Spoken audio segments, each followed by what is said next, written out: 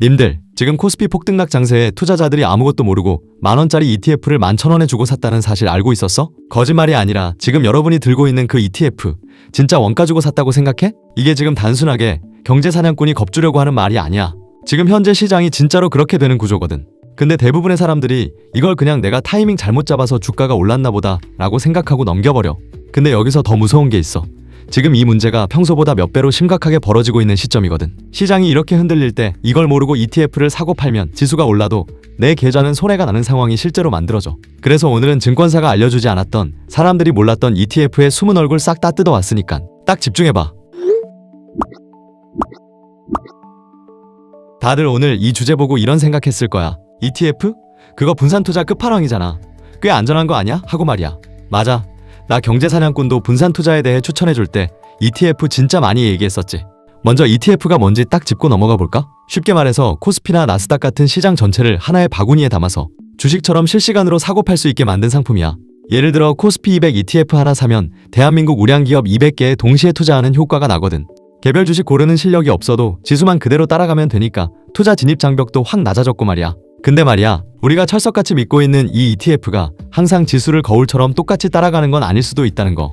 알고 투자하는 사람 과연 얼마나 될까? 오늘 경제사냥꾼이 이 이야기를 꺼낸 이유가 바로 이거야. 이 숨겨진 함정을 이해하려면 아주 중요한 개념 하나를 알아야 돼. 바로 괴리율이야. ETF에는 사실 두 가지 가격표가 존재해. 하나는 ETF 바구니 안에 담긴 주식들의 진짜 가치를 합산한 순자산 가치. 그리고 다른 하나는 주식시장에서 투자자들끼리 사고 팔면서 만들어지는 실제 거래 가격이야. 이 진짜 가치와 시장 가격이 서로 다를 때 그 벌어진 차이를 바로 괴리율이라고 부르는 거지. 물론 평범한 장세에서는 이 두 가격이 거의 똑같이 움직여. 시장에는 유동성 공급자라고 불리는 증권사 직원들이 있어서 ETF 거래 가격이 진짜 가치에서 너무 벗어나지 않도록 계속 물량을 조절하면서 가격을 맞춰주는 가격 지킴이 역할이야. 그러니까 평소엔 걱정할 게 전혀 없어. 문제는 지금처럼 시장이 미친 듯이 급등락을 반복할 때야. 잠깐, 여기서 이런 생각 드는 사람 있을 거야. ETF 가격이 실제 가치랑 다를 수 있다고? 그게 나한테 무슨 영향인데? 이렇게 생각해봐. 마트에서 1만원짜리 물건을 사는데 가격표에는 12,000원이 붙어있어. 그 가격이 잘못됐다는 걸 모르고 그냥 샀다가 나중에 다시 1만원으로 돌아오면 내 돈 2,000원이 그냥 날아가는 거야. 억울하지? ETF 괴리율이 딱 그거야. 지수가 10% 올랐는데 내 ETF는 8% 오르거나 심하면 오히려 손해가 날 수도 있는 구조거든. 이걸 이해하고 나면 지금 벌어지고 있는 일이 얼마나 심각한지가 딱 보일 거야. 자, 그럼 지금 실제로 어떤 일이 일어나고 있는지 같이 봐보자. 미국 이란 전쟁 여파로 지난 3월 3일과 4일 코스피와 코스닥이 연이어 역대급 낙폭을 기록했어. 그러다가 5일에는 갑자기 양대 지수가 10% 안팎으로 급반등하는 롤러코스터 장이 펼쳐진 거야. 이 폭등락 속에서 실제로 어떤 일이 생겼냐면 3월 3일 코덱스 방산 탑10 ETF는 시장 가격이 18,650원으로 마감했는데 실제 순자산 가치는 18,148원이었어. 이미 502원, 비율로는 2.76%나 고평가된 가격에 사람들이 사고 있었던 거야. 타이거 2차 전지 탑10 레버리지는 4일에 무려 4.29%까지 괴리율이 벌어졌어. 즉, 지수가 100원 오를 때 이 ETF는 104원짜리 가격에 사게 되는 상황이었던 거지.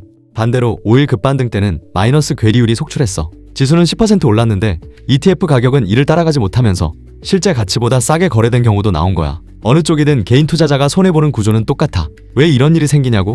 이게 핵심이거든. 아까 내가 말한 LP, 한국말로 유동성 공급자 기억나지? 얘네가 시장에서 ETF 가격이 원래 가치랑 똑같이 움직이도록 꽉 잡아주는 가격 지킴이 역할을 한다고 했잖아. 근데 진짜 충격적인 사실 하나 알려줄까?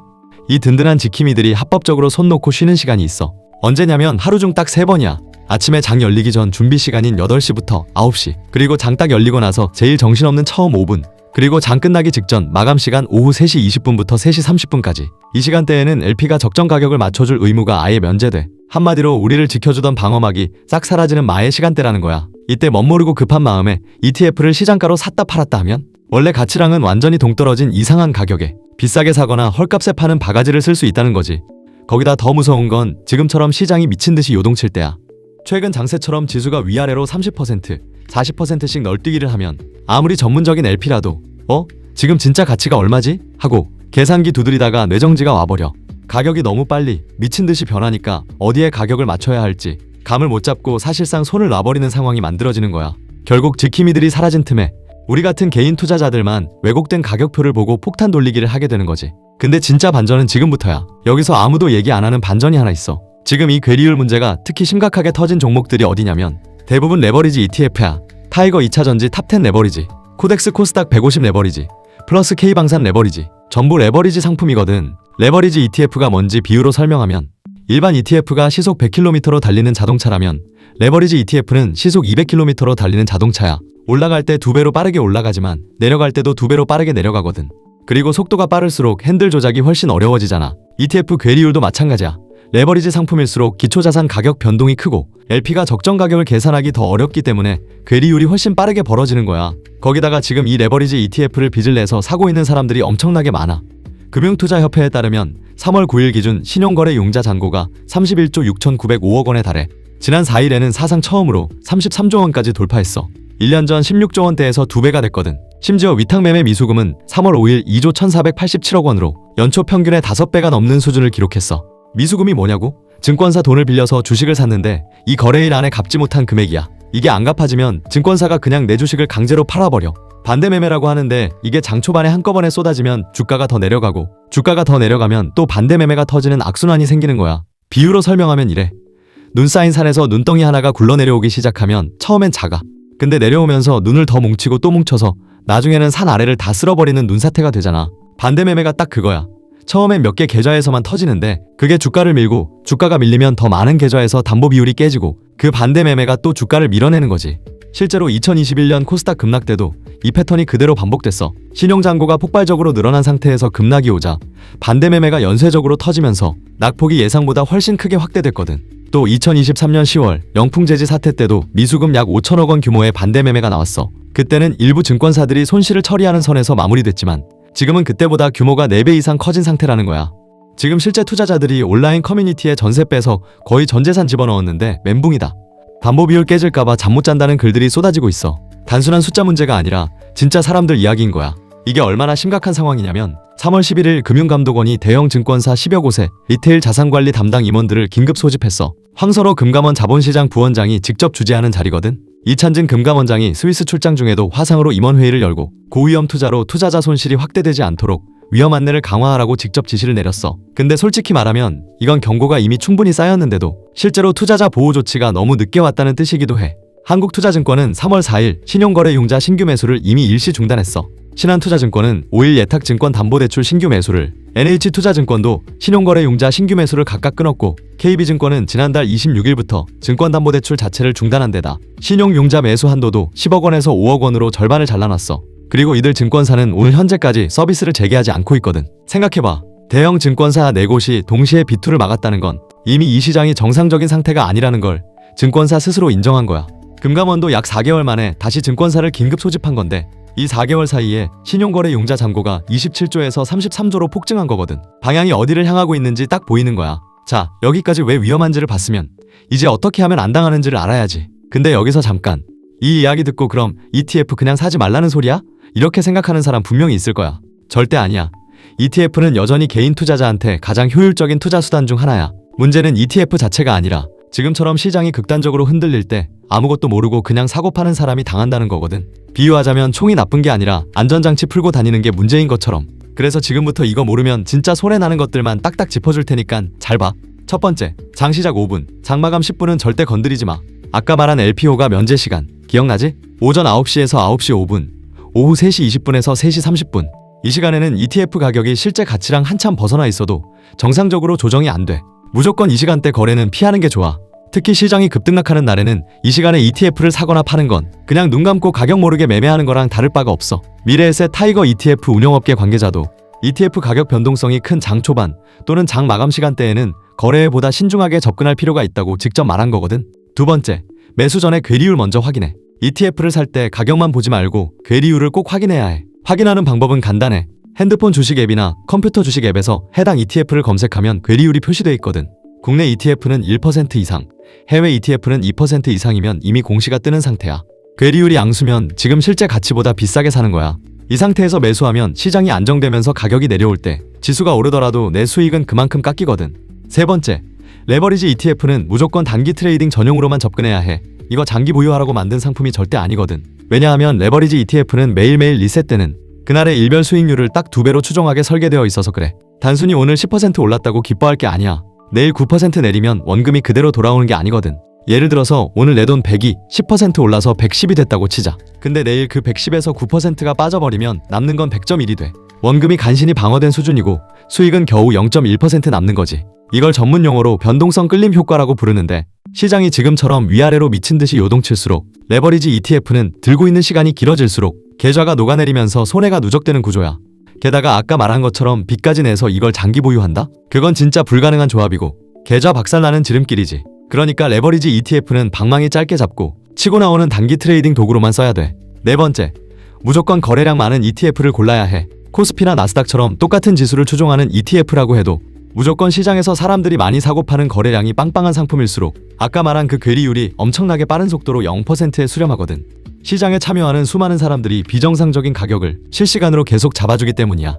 반대로 거래량이 쪼그라들어 있는 ETF는 한번 가격 왜곡이 생기면 그게 꽤 오래가. 덩치 작은 섹터 ETF나 유행 타는 테마 ETF일수록 이 위험이 훨씬 크지. 특히나 지금같이 변동성이 폭발하는 구간에서는 웬만하면 거래량 상위권에 있는 굵직한 ETF 위주로만 건드리는 게 내 소중한 시드머니를 지키는 훨씬 안전한 방법이야. 다섯 번째, 해외 ETF는 국내장 마감 이후 기초자산 급변동에 특히 주의해. 미국 주식에 투자하는 ETF를 한국 증시에서 사는 경우 국내 장 마감 이후에 미국 시장이 크게 움직이면 다음날 국내 ETF 가격이 순자산 가치랑 크게 벌어진 채로 장이 열려. 이 상황을 모르고 다음날 아침장 시작 직후에 매수하면 이미 크게 고평가된 가격에 사는 꼴이 되는 거야. 해외 ETF를 거래할 때는 전날 밤 미국 시장 흐름을 먼저 확인하고 국내 장 시작 후 5분이 지난 다음에 거래하는 게 훨씬 유리해. 여섯 번째, 지수 ETF랑 액티브 ETF, 이 두 개는 확실하게 구분하고 들어가야 해. 요즘 주식시장에 ETF 종류가 진짜 셀 수도 없이 쏟아져 나오다 보니까 이것도 모르고 그냥 이름만 보고 샀다가는 낭패보기 십상이야. 우리가 흔히 아는 코스피 200이나 나스닥 100처럼 정해진 지수를 로봇처럼 그냥 똑같이 따라가는 상품을 패시브 ETF라고 부르거든. 얘네는 알아서 굴러가니까 운용보수도 싸고 오늘 내내 강조했던 그 괴리율도 상대적으로 꽤 안정적으로 유지되는 편이야. 근데 반대로 운용사 전문가들이 자기들 전략에 맞춰서 시장 이겨보겠다고 종목을 직접 골라 담는 액티브 ETF가 있어. 이건 당연히 전문가 손길이 들어가니까 운용보수도 비싸지. 게다가 그 바구니 안에 실시간으로 어떤 종목이 들어있는지 투명하게 다 보이지 않을 때가 많아서 괴리율 관리 자체가 훨씬 더 까다로워.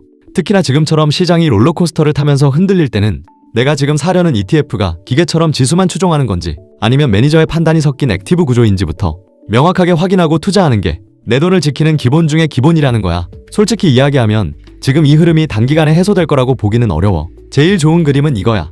트럼프가 직접 중재에 나서면서 미국 이란 전쟁이 빠르게 마무리되고 글로벌 증시가 안정을 찾아 코스피 변동성이 줄어들면서 LP들이 다시 정상적으로 호가를 제시할 수 있는 환경이 돌아오는 거지. 그러면 ETF 괴리율은 자연스럽게 수렴하고 비투 잔고도 서서히 줄어드는 흐름이 생겨 금감원이 증권사들한테 충분히 경고를 준 상태이기 때문에 투자자들도 점점 신중해지고 시스템 리스크로 번질 가능성이 낮아지는 방향이야.